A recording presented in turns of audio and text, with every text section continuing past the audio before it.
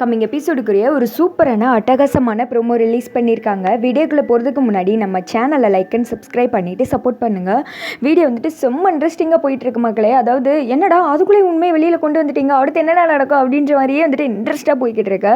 First சீனில் வந்துட்டு ஒரு நர்ஸு போய் அனிதான்ற நர்ஸ் இருக்காங்களே, அவங்க வந்துட்டு கூப்பிடுறாங்க. ஒரு பேஷண்ட் வந்திருக்காங்க, அவங்க வந்துட்டு டாக்டர் உங்களை தான் ஃபாலோ பண்ண சொல்லியிருக்காங்க, வா அந்த பேஷண்ட் யாருன்னு சொல்லிட்டு காமிக்கிறேன் அப்படின்ற மாதிரி வந்துட்டு கூப்பிட்டு போய் காமிக்கிறாங்க. பார்த்தா அது நம்ம தீபா தான். தீபா வந்துட்டு ஆக்சிஜன் மாஸ்க்லாம் போட்டு வந்துட்டு படுத்திருக்காங்க.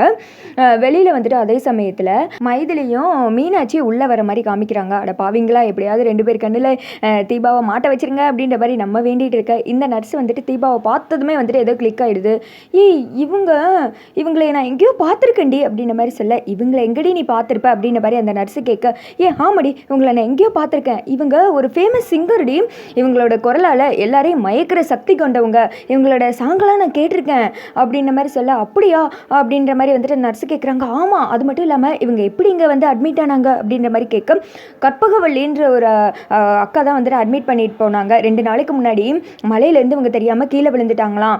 அப்போ வந்துட்டு 2 நாள் பேச்சு மூச்சே இல்லாமல் இருந்திருக்காங்க. அவங்களுக்கு தெரிஞ்ச கை வைத்தியத்தை வச்சு காப்பாற்றி அப்புறமேட்டு டாக்டர் சொன்னதுனால இங்கே வந்துட்டு அட்மிட் பண்ணியிருக்காங்க அப்படின்ற மாதிரி சொல்ல, கழுத்தில் வேற மஞ்சக்கயிறு இருக்குது, அப்போ இவங்களுக்கு கல்யாணம் ஆயிடுச்சுன்னு நினைக்கிறேன், எப்படி அது இவங்க இங்கே இருக்கிறத அவங்க குடும்பத்துக்கிட்ட கொண்டு போய் சேர்த்துடணும், இல்லாட்டினா பாவம் இவங்க தானே கஷ்டப்படுவாங்க, ஆனால் இவங்க டீட்டெயிலாம் நான் எப்படி கலெக்ட் பண்ணுறது, யார்கிட்ட கேட்டால் கிடைக்கும்னு தெரியலையே அப்படின்ற மாதிரி சொல்லிட்டு 2 பேர் முழிச்சிட்டு இருக்கு. அட பாவிங்களா, எப்படியாவது டீட்டெயில் கலெக்ட் பண்ணுறேன்னு அந்த ஐஸ்வர்யா காதுக்கு மட்டும் இந்த நியூஸ் போச்சு. நான் எலும்பு துண்டை கவுற மாதிரி வந்து ஒரே கவ்வில் அந்த சைலண்ட் சகுனி கவ்வி எடுத்துகிட்டு போயிடும்.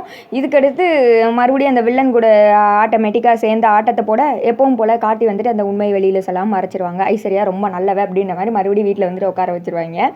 இப்படியே தான் ஸ்டோரி போய்கிட்டு இருக்கு மக்களே. அடுத்த சைடு வந்துட்டு அந்த குடிகாரர் இருக்கான் இல்லையா, அந்த கற்பகவல்லி அவங்களோட ஹஸ்பண்ட், அவங்கள தான் காமிச்சிக்கிட்டு இருக்காங்க.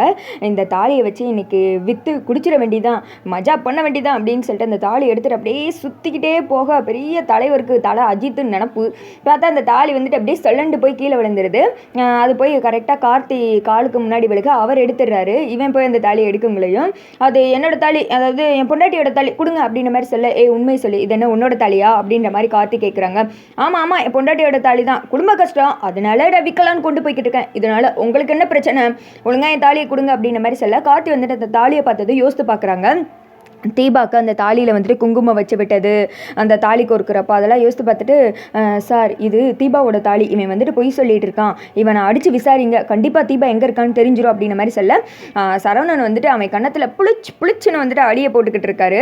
உண்மையை சொல்லுடா, இது என்ன உன் பொண்டாட்டியோட தாலியா, உண்மையை சொல்லு, இந்த தாலி எப்படி உன் கைக்கு வந்துச்சு, சொல்ல போறியா இல்லையா அப்படின்ற மாதிரி கேட்க, ஐயோ சார் என்னை விட்டுருங்க, நான் எல்லா உண்மையும் சொல்லிடுறேன் அப்படின்னு சொல்லிட்டு அவன் நடந்தது எல்லாத்தையும் சொல்கிறான். 2 நாளைக்கு முன்னாடி என் பொண்டாட்டி தான் காப்பாற்றி கூட்டு வந்து வீட்டில் வச்சுருந்தாங்க, தெரிஞ்ச கை வைத்தியத்தெல்லாம் வச்சு பார்த்தாங்க, ஆனால் அவங்க கண்ணை முழிக்கல, அதனால் டாக்டர் வந்து சொன்னதுனால பட்டணத்தில் இருக்கிற ஜிஹெச்சுக்கு வந்துட்டு கொண்டு போயிருக்காங்க அப்படின்ற மாதிரி சொன்னதுமே அதை கேட்டு கார்த்தி வந்துட்டு ஷாக் ஆகுறாங்க. சார் நான் தான் சொன்னேன்ல தீபா உசுரோடு தான் இருப்பாங்க அப்படின்னு சொல்லிட்டு, அங்கே போனால் கிடச்சிரும் அப்படின்ற மாதிரி சொல்லிட்டு கார்த்தி வந்துட்டு அந்த தாலியை பார்த்து வந்துட்டு ஃபீல் பண்ணுறாங்க. கார்த்தி ஆனால் எந்த ஹாஸ்பிட்டலில் சேர்த்துருக்காங்கன்னு தெரியலையே அப்படின்ற மாதிரி சொல்ல, நம்ம அங்கே போய் விசாரிச்சுக்கலாம் சார், ஆமாம் உன் ஒய்ஃப் எங்கே அப்படின்ற மாதிரி கேட்க, அப்போ போனவன் தான் சார் இன்னும் வரல அப்படின்ற மாதிரி வந்துட்டு அவன் சொல்ல, டேய் உனக்கு இருக்குடா அப்படின்ற மாதிரி சரவணன் வந்துட்டு மிரட்டிட்டு அங்கேருந்து வந்துட்டு கிளம்புற மாதிரி காமிக்கிறாங்க.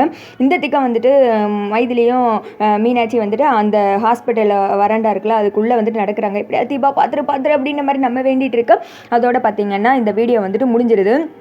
இனி வர எபிசோடில் இப்போ வேறு மாதிரி இருக்குன்னு சொல்லிட்டு நினைக்கிறேன். ஏன்னா தீபா உசுரோடு இருக்காங்கன்ற உண்மை கார்த்திக்கு தெரியாமையே ரொம்ப நாள் ஆகிடும்னு சொல்லிட்டு நம்ம எதிர்பார்த்தோம். ஆனால் டக்குன்னு வந்துட்டு எல்லாம் தெரிகிற மாதிரியே இருக்குது. பார்க்கலாம், ஒரு வேளை கார்த்தி போகிறதுக்குள்ள ஐஸ்வர்யா முந்திருவாளோ. இதை பற்றி என்ன நினைக்கிறீங்க கமெண்ட் பண்ணி